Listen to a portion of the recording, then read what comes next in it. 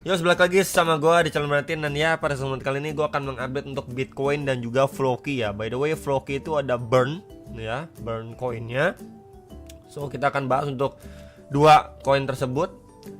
Dan untuk Fear and Greed Index so far sekarang masih di level netral ya, di level 55. Dan market masih sideways di situ-situ aja. Menjelang nanti malam ada news event, kakek power speech, dan juga besok ada rilis data CPI. Jadi benar-benar 2 hari yang ditunggu-tunggu teman-teman. Jadi prepare untuk segala skenario, mau itu baik ataupun buruk ya. Spare cash juga jika kalau tidak sesuai keinginan atau harapan kita semua. Kan harapannya yang terbaik ya, market bisa rebound dan lain sebagainya. Tapi kita selalu prepare kalau ya tidak sesuai yang kita harapkan, market malah drop lagi, mungkin koreksi lagi ke 55.000, ke 53.000 gitu ya. Kita masih punya cadangan ya, atau spare cash lagi di porto kita untuk kita bisa buyback atau beli di bawah lagi, DCA lagi ya. Kurang lebih seperti itu yang pengen saya reminder di awal video ini gitu ya. Kemarin ada update juga ya untuk Bitcoin dan juga Manta. Sebelumnya ada Chok Inu, Render, dan juga ini ada PP dan juga CHZ juga ya. Jadi lumayan beragam lah untuk update Bitcoin dan juga altcoinnya lah, pilihan altcoinnya ya. Kemudian kita lihat dulu untuk Bitcoin liquidation heatmap ini per 24 jam ya. Kita lihat dia kemarin itu udah jemput atas di sekitar 63.400 dolar ya. Di sini cukup tebal. Kemudian dia sideways, belum grab bawah. Nah ini ya, bagian bawah itu tebal-tebal nih teman-teman. Ya walaupun menyisakan bagian atas juga ada, masih ada ya. Bagian bawah itu di sekitar 62 ribuan dolar, dan lebih bawahnya itu di sekitar 60.250 dolar. Jadi bisa di prepare ya, ketika dia udah grab atas, jebret atas, biasanya udah atas, giliran bawahnya biasanya ya. Jadi ini sedikit reminder aja. Jadi prepare untuk rilis data, bisa aja dia volatile ya, udah jepret atas masih potensi untuk jepret bawah ya, berarti apa, koreksi lagi, cuman sekedar grab likuiditas bisa teman-teman.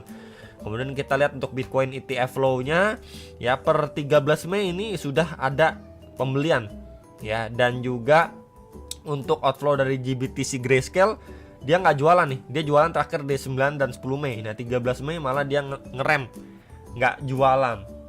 Jadi ini bisa menjadi indikasi awal yang cukup baik. Tapi balik lagi, semua itu menunggu rilis data ya. Misalkan teman-teman mau benar-benar clear nih, oh arah market sekiranya ke kisaran mana atau ke arah mana, bisa wait and see dulu, menunggu rilis data. Ataupun mungkin udah nyampe nih beberapa area target teman-teman, yaitu bisa melakukan action juga ya. Cuman buat teman-teman yang lebih konservatif, tentunya menunggu sampai rilis data ya. Dan juga speech dari kakek Powell. Dan ya, so far setelah dia di sini ada bearish engulfing, koreksi, kemudian perlahan rebound, dan ya posisinya pun masih ketahan ya di EMA 21.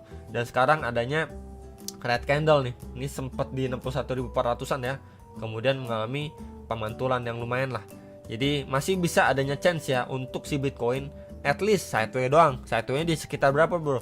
Lapis atasnya itu di sekitar 63 ribuan dolar, lapis bawahnya itu di 60.500 dolar. Jadi di range sekitar 3.000 dolar inilah ya area bermainnya dia, sampai nanti benar-benar clear dari speech kakek Powell dan CPI rilis datanya seperti apa ya. Jadi overallnya kurang lebih seperti itu aja, karena kita masih sama-sama menunggu ya. Percuma ya, untuk saat ini tuh bisa dikatakan cukup dalam tanda kutip percuma ketika memang kita melihat wah ini udah breakout, wah ini udah breakdown, malah rilis datanya itu positif ya. Yang tadinya udah breakdown langsung recovery, terlihat seperti fake out. Tapi kalau misalkan sebaliknya, wah ini udah breakout nih, bisa lanjut naik, malah rilis datanya itu jelek, akhirnya dia terlihat seperti false break, lanjut turun ya. Itu makanya ini benar-benar menunggu untuk rilis data lah ya. Jadi untuk manipulasi candle dan sebagainya itu sangat-sangat besar bisa terjadi, khususnya menjelang rilis data. Jadi kita sama-sama menunggu lah intinya untuk rilis data ya. Cuman setidaknya kita bisa mengetahui nih range dia bermain sekitar berapa. Oh lapis atas sekitar 63 ribuan dolar, oh lapis bawah sekitar 60.000, 60.500 dolar. Jadi teman-teman bisa mengambil ancang-ancang ketika area 60.000, 60.500 dolar ini jebol, maka dia potensi visit berapa? Visit lagi ke 58.000, 57.000 dolar gitu ya.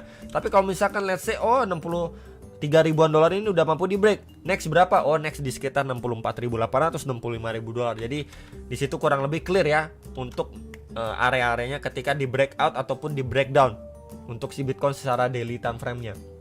Minimal kalau kita lihat juga untuk time frame 1 jam, memang kemarin pembahasan terakhir dia terbentuk sebuah bear flag pattern ataupun channel, dan di sini terlihat sudah breakdown ya, closing candle di bawah teman-teman. Kita bisa lihat di sini.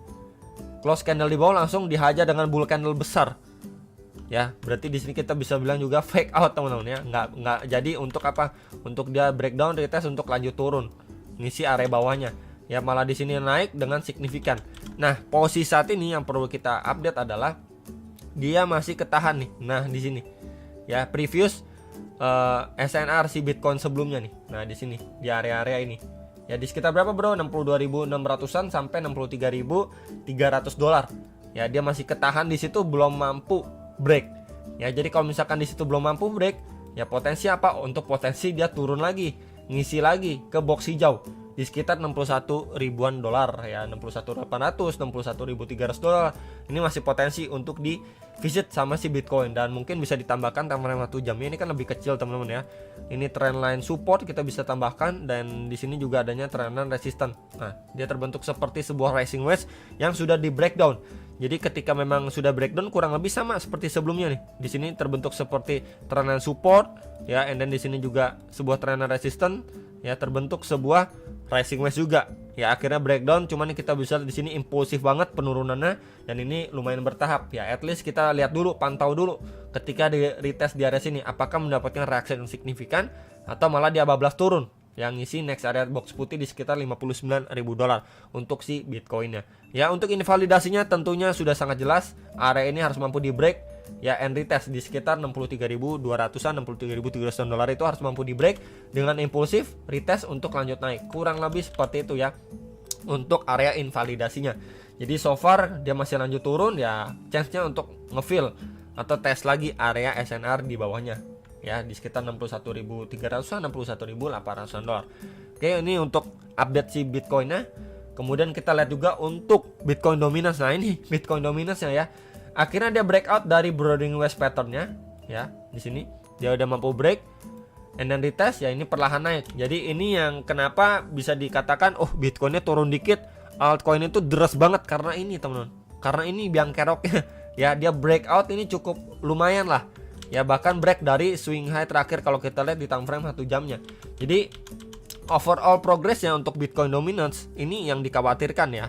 Untuk altcoin dia ada mampu break, retest, dan ini perlahan mencoba masih lanjut naik lagi ya, untuk ngejar 55,8%. Dan jadi kalau ini yang terjadi ya nggak bagus lah ya, atau kurang bagus untuk altcoinnya, bisa kegencet lagi. Cuman di situ adalah opportunity ya untuk teman-teman mungkin yang merasa dalam tanda kutip ketinggalan di Bitcoin, bisa manfaatkan di altcoinnya. Tentunya jangan all in di satu posisi ataupun satu koin ya.